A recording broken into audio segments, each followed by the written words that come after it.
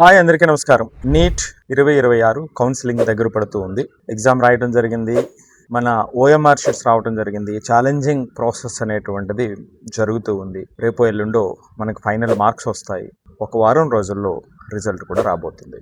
ఇవన్నీ జరిగినప్పటికి తర్వాత important process ఏమిటి అంటే కౌన్సిలింగ్ ప్రాసెస్. ఈ కౌన్సిలింగ్కి వెళ్లే ముందు చాలా మంది పేరెంట్స్కి అనేక రకమైనటువంటి డౌట్స్ ఉంటూ ఉంటాయి. కాంపిటెంట్ అథారిటీ కోటా కానివ్వండి, లేదా కామన్ కోటాలో కానివ్వండి, లేదా మేనేజ్మెంట్ కోటాలో కానివ్వండి, లేదా ఈ రెండు ఒకసారి జరిగేటప్పుడు మనం అసలు ఎంసీసీకి అప్లై చేయాలా వద్దా, కేటగిరీ బికి అప్లై చేయాలా, అప్లై చేస్తే ఎవరు చేయాలి. సో ఇలాగా అందరికీ కూడా రకరకాల డౌట్స్ వస్తూ ఉంటాయి. ఒకవేళ రౌండ్ 1లో సీట్ వస్తే మరి రౌండ్ 2లో ఉండాలా లేదా అక్కడితో ఆగిపోవాలా. సో ఈ రకమైనటువంటి డౌట్స్కి సంబంధించి పేరెంట్స్ అడుగుతున్నటువంటి వాటిలో కొన్నిటికి సమాధానాలు తెలియచేసేటువంటి వీడియో ఇది. మొదటి క్వశ్చన్ ఏమిటంటే, నా మార్కులకి సీట్ వస్తుందా, వస్తే ఎక్కడ వస్తుంది అనేటువంటిది మొట్టమొదటి క్వశ్చన్. సో ఎప్పుడైనా సరే అందరూ కూడా 10 మందిలో 8 మంది మొట్టమొదటి అడిగేటువంటిది ఇదే క్వశ్చన్. సో ఈ క్వశ్చన్స్కి వచ్చేటప్పటికి నిజంగా దీనికి సమాధానం రిజల్ట్ వచ్చిన తర్వాత, మోస్ట్ పర్టికులర్లీ మెరిట్ లిస్ట్ వచ్చిన తర్వాత మాత్రమే ఎవరైనా ఎగ్జాక్ట్ గా చెప్పగలుగుతారు. మోస్ట్ పర్టికులర్లీ ఈ బౌండరీ మార్క్స్ ఏదైతే ఉంటాయో, ఆ చివర ఇటు వస్తుందా అటు అవుతుందా అనేటువంటి మార్క్స్ ఎవరికైతే ఉంటాయో వాళ్ళ విషయంలో చెప్పడం కష్టం.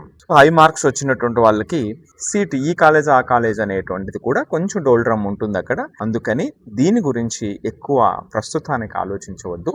రిజల్ట్ వచ్చిన తర్వాత మెరిట్ లిస్ట్ లో రెస్పెక్టివ్ స్టేట్స్ రిలీజ్ చేసిన తర్వాత మనం ఎన్ని సీట్లు ఉన్నాయి, ఎంత పాసిబిలిటీ ఉంది, మన మెరిట్ లిస్ట్ లో మన నేమ్ ఎక్కడుంది అనేటువంటిది చూస్తే చాలా చక్కగా ఇమీడియట్ గా అర్థమైపోతుంది. అప్పుడు మనకి క్లారిటీ వచ్చి వస్తుంది. ఈ లోపు దీని గురించి మీరు హైరాణ పడవద్దు, తొందరపడవద్దు. మీరు చేయాల్సినటువంటి ప్రయత్నం మీరు చేశారు. రైట్. ఇక రెండో క్వశ్చన్ ఇద్దాం. వెబ్ ఆప్షన్స్ ఎలా పెట్టుకోవాలి? ఇది చాలా కీలకమైనటువంటి పాయింట్. మనం కష్టపడి మార్కులు సంపాదించుకున్నాం, ర్యాంక్ వచ్చిన తర్వాత ఆ ర్యాంక్ కి ప్రపోర్షనేట్ గా రైట్ కాలేజ్ అనేటువంటిది మనకి రావటం అనేటువంటిది ఇంపార్టెంట్. దానికోసం వెబ్ ఆప్షన్స్ అనేటువంటిది ఇంపార్టెంట్. దీంట్లో చిన్న తప్పులు చేసినప్పుడు మనం బెస్ట్ పాసిబుల్ సీట్ ఏదైతే ఉంటుందో దాన్ని కోల్పోయేటువంటి ప్రభావం ఉంటుంది. సో కాబట్టి వెబ్ ఆప్షన్స్ ఎలా పెట్టుకోవాలనుకునేటప్పుడు పిల్లలంతా కూడా, అంటే నీట్ రాసి ఉన్నటువంటి ఫ్యూచర్ డాక్టర్స్ ఎవరైతే ఉన్నారో వాళ్ళంతా ప్రస్తుతానికి ఇంటి దగ్గర ఖాళీగానే మీరంతా ఉంటారు కాబట్టి కాలేజ్ లిస్ట్ తీసుకోండి. 2024, 2025కి సంబంధించినటువంటి మార్క్స్ తీసుకోండి. ఏ ఆర్డర్లో పిల్లలు సీట్లు చూజ్ చేసుకున్నారు అనేటువంటిది చూసుకోండి. ఇది ఫస్ట్ స్టెప్. సెకండ్ స్టెప్ ఏమిటంటే, మీకు ఎంత ర్యాంక్ వస్తుంది అనేది పక్కన పెట్టేసేయండి. మీకు వచ్చింది ఫస్ట్ ర్యాంక్, మీకు వచ్చింది all India first rank. All India first rank అయితే మీకు ఎక్కడ సీట్ వస్తుంది అనేటువంటి విధంగా మీరు ప్లాన్ చేయండి. రైట్. వచ్చిన నష్టం ఏమీ లేదు. సో కాబట్టి వెబ్ ఆప్షన్స్ ఎలా పెట్టుకోవాలి అనేటప్పుడు, నాకు 10,000 ర్యాంక్ వచ్చినా 5,000 ర్యాంక్ వచ్చినా సరే నేను ర్యాంక్ 1 అనేటువంటిది మాత్రమే మనసులో పెట్టుకుని ఆప్షన్స్ పెడదాం. ఎందుకంటే ఇక్కడ ఎటువంటి లిమిట్ లేదు. సో కాబట్టి ఆ ఆర్డర్ లో చేయడానికి అవకాశం ఉంటుంది. ఇది 2-3 సార్లు మీరు చేస్తే కొన్ని వాటిల్లో వెబ్ ఆప్షన్స్ మార్చవలసి ఉంటుంది. తెలంగాణలో కానివ్వండి, ఎంసీసీలో కానివ్వండి, రౌండ్ కి. సో మీకు మోర్ క్లారిటీ వస్తుంది. రేపొద్దుట మార్క్స్ వచ్చిన తర్వాత ఆ దగ్గరలో ఉన్నటువంటి పాసిబుల్ కాలేజెస్ మీద మీకు మంచి ఐడియా వస్తుంది. సో దానికి చాలా హెల్ప్ అవుతుంది. సో కాబట్టి ఇదంతా కూడా వెబ్ ఆప్షన్స్ ఎలా పెట్టుకోవాలనేటువంటిది, మీకు ఫస్ట్ ర్యాంక్ వస్తే ఎలా పెడతారు అనేటువంటిది హోంవర్క్. సో అప్పుడు మీకు వెంటనే క్లారిటీ వచ్చేస్తుంది కాబోయే డాక్టర్లందరికీ కూడా. చాలా మంది చెప్తూ ఉంటారు ఎంసీసీ కౌన్సిలింగ్ ఉంటుందండి, అది వేరేగా ఉంటుంది. స్టేట్కి సంబంధించి CQ ఒకటి ఉంటుంది, కాంపిటెంట్ అథారిటీ కోటా లేదా కామన్ కోటా అనుకోండి. రెండవది management, state MQ management quota. ఇలా 3 రకాలు ఉన్నాయి. ఇటు MBBS, BDSకి సంబంధించి మీరు వీటిని ఎలా బ్యాలెన్స్ చేయాలి? మొట్టమొదటిగా ఇక్కడ అర్థం చేసుకోవాల్సినటువంటిది, మీరు ఏ 2-3 పెట్టుకోవచ్చు, మీ ఇష్టం అది. బట్ మనకు వచ్చినటువంటి ర్యాంక్ని చాలా మంచి మార్క్స్ వచ్చేటప్పుడు వచ్చింది అనుకున్నట్లయితే వస్తే మనం అప్లై చేసేటువంటిది ఎంసీసీకి అలాగే స్టేట్ CQకి అప్లై చేస్తాం. బోర్డర్లో మార్క్స్ వచ్చినప్పుడు గవర్నమెంట్ సీట్ వస్తుందా రాదా అనేటువంటి అనుమానం ఉన్నటువంటి పిల్లలు ఇటు స్టేట్ CQకి, స్టేట్ మేనేజ్మెంట్ కోటాకి అప్లై చేస్తారు. అంటే అది పాసిబుల్ ఆప్షన్స్, అట్లీస్ట్ 2. రైట్. లేదు 3 పెడతామంటే అది వేరే విషయం. సో మరి ఈ సందర్భంలో దీని గురించి ఏ విధమైన ఆందోళన అవసరం లేదు. ఇక్కడ ఏ కన్ఫ్యూజన్ ఉండదు. ఎందుకంటే షెడ్యూల్స్ నేను క్రితం వీడియోలో కూడా చెప్పాను, అవసరమైతే మీరు చూడొచ్చు. ఎంసీసీకి సంబంధించి షెడ్యూల్ ఏదైతే ఉంటుందో, రౌండ్ 1 షెడ్యూల్ ఏదైతే ఉందో దాని తరువాత ఒక వారం 10 రోజుల తరువాత గ్యాప్ వస్తుంది.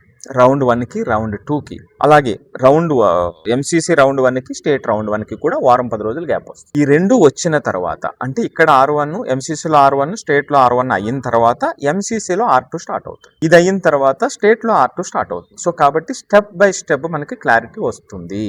సో ఇక్కడ అంటే ఎంసీసీ R1లో అవ్వకపోతే స్టేట్ R1లో మనకి సీట్ అలాట్ అయ్యింది, మనకు అనుకున్న చోట వచ్చింది, అది ఓకే. అప్పుడు అప్గ్రేడ్కి వెళ్తామా లేదనేటువంటిది సెకండరీ. ఇప్పుడు ఒకవేళ నచ్చకపోతే మళ్ళా మనం ఎంసీసీ R2ని టార్గెట్ చేస్తాము. అలాగే ఇక్కడ R2, ఈ రెండు అయిన తర్వాత ఇక్కడ R3, ఇక్కడ R3, ఈ రెండు అయిన తర్వాత ఇక్కడ స్టే రౌండ్, ఇక్కడ స్టే రౌండ్. అదే విధంగా ప్యారలల్ గా స్టేట్ లో CQ మేనేజ్మెంట్ కోట, ఈ రెండింటికి కూడా ప్యారలల్ గా నడుస్తాయి. మనకి మధ్యలో సఫిషియెంట్ టైం వస్తుంది కాబట్టి అక్కడ వచ్చినటువంటి ఫలితానికి అనుగుణంగా మనం డెసిషన్ తీసుకోవచ్చు. కాబట్టి దీని గురించి కూడా మీరు ఆందోళన చెందవలసినటువంటి అవసరం లేదు, సఫిషియెంట్ టైం మనకు ఉంటుంది.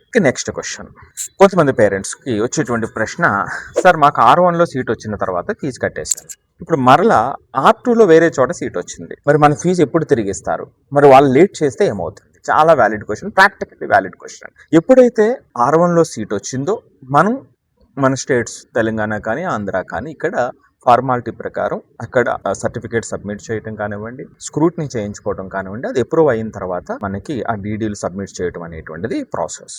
ఒకవేళ R2లో నెక్స్ట్ సీట్ వచ్చిన తర్వాత అది ఎలాగ పోతుంది, R2కి సంబంధించి మనం సబ్మిట్ చేయవలసిన అవసరం ఉంటుంది మళ్ళీ ఈ డీడీలంతా కూడా. మరి ఈ మధ్యలో లేట్ అయితే వాళ్ళు వెంటనే తిరిగి ఇస్తారా? ఏమీ ప్రాబ్లం లేదు, వాళ్ళు వెంటనే మనకి అలాట్మెంట్ వచ్చిన వెంటనే నెక్స్ట్ డే మనం తొందరగా వెళ్ళగలిగితే తీసుకుని వాళ్ళు వెంటనే అవే ఏదైతే ఫార్మాలిటీ ప్రకారం ఇవ్వాల్సినవి ఉంటాయో అవన్నీ మనకి ఇస్తారు, అవి తీసుకొచ్చి కొత్త కాలేజీలో మళ్ళీ మనం అడ్మిషన్ చేసుకుంటాం, ఏ ప్రాబ్లం లేదు. కానీ కొన్ని సందర్భాల్లో మేనేజ్మెంట్ కోటాలో మనం 12 లక్షల నుంచి 14 లక్షల మధ్యలో మనం ఫీజు కట్టిన తర్వాత వాళ్ళు లేట్ చేస్తే, ఇది లేట్ చెయ్యకూడదు, ఒకవేళ ఎక్కడైనా జరిగిన సందర్భాలు ఉంటాయి. ఆ మేనేజ్మెంట్ ఆల్రెడీ మనం కట్టినటువంటి డీడీని క్యాష్ చేసేసుకుంటే ఆటోమేటిక్ ఆల్రెడీ వస్తుంది అనేటువంటి ఉద్దేశంతో వాళ్ళు ఇవ్వటానికి 1-2 డేస్ లేట్ అయ్యేటువంటి అవకాశం ఉంటే మనం ఇక్కడ లేట్ చేసుకోకుండా అడిషనల్ అమౌంట్స్, ఎక్స్ట్రా అమౌంట్ అనేటువంటిది మనం రిజర్వ్లో పెట్టుకోవడం అనేటువంటిది లీస్ట్ పాసిబుల్ కేసులో మనకి హెల్ప్ చేస్తుంది. సో లేట్ అవ్వదు, ఒకవేళ లేట్ అయినా మనకి ఇబ్బంది లేకుండా. సో ఇది నెక్స్ట్ క్వశ్చన్కి ఆన్సర్. మరో క్వశ్చన్, సార్ R2లో నాకు స్టేట్ కోటాలో సీట్ వచ్చింది, జాయిన్ అయ్యాను, నాకు హ్యాపీ, కానీ ఆ తర్వాత ఎంసీసీలో నేను ఇంకా కంటిన్యూ అయ్యాను ఆల్ ఇండియా కోటాలో, అప్పుడు R3లో నాకు కావాల్సిన చోట సీట్ వచ్చింది, మరి ఇప్పుడు ఎలాగా? R2లో ఆల్రెడీ స్టేట్ కోటాలో ఆల్రెడీ నేను జాయిన్ అయిపోయాను, మరి R3 ఎంసీసీ నాకు కావాల్సిన చోట వచ్చింది, రైట్? అంటే ఆల్ ఇండియా కోటాలో ఇంకా మంచి బెటర్ సీట్ వచ్చింది, అప్పుడు ఎలాగా? అప్పుడు కూడా మీరు ఏ విధమైనటువంటి ఇబ్బంది పడవలసిన అవసరం లేదు. ఎంసీసీ అలాట్మెంట్ ఏదైతే ఉంటుందో దీన్ని మనం ఇక్కడ స్టేట్ అలాట్మెంట్ ఎక్కడైతే జరిగిందో వాళ్ళకి సబ్మిట్ చేయడంతో మరలా ఆ సీటు మీకు రిలీజ్ అయిపోతుంది. సో కాబట్టి దాని ప్రకారం ఎంసీసీ కోటాలో మీరు జాయిన్ అవ్వాలి అంటే ఆల్ ఇండియా కోటాలో జాయిన్ అవ్వాలనుకున్నప్పుడు నిరభ్యంతరంగా మీరు జాయిన్ అవ్వచ్చు, అక్కడ ఏ విధమైన అబ్జెక్షన్స్ ఉండవు. ఈ రెండు కూడా స్టేట్ కానివ్వండి, ఆల్ ఇండియా కోట ఎంసీసీ సంబంధించిన కౌన్సిలింగ్ కానివ్వండి, హ్యాండ్ టు హ్యాండ్ వెళ్తాయి. సో ఒకరికొకరు సపోర్ట్ చేసుకుంటూ వెళ్తాయి.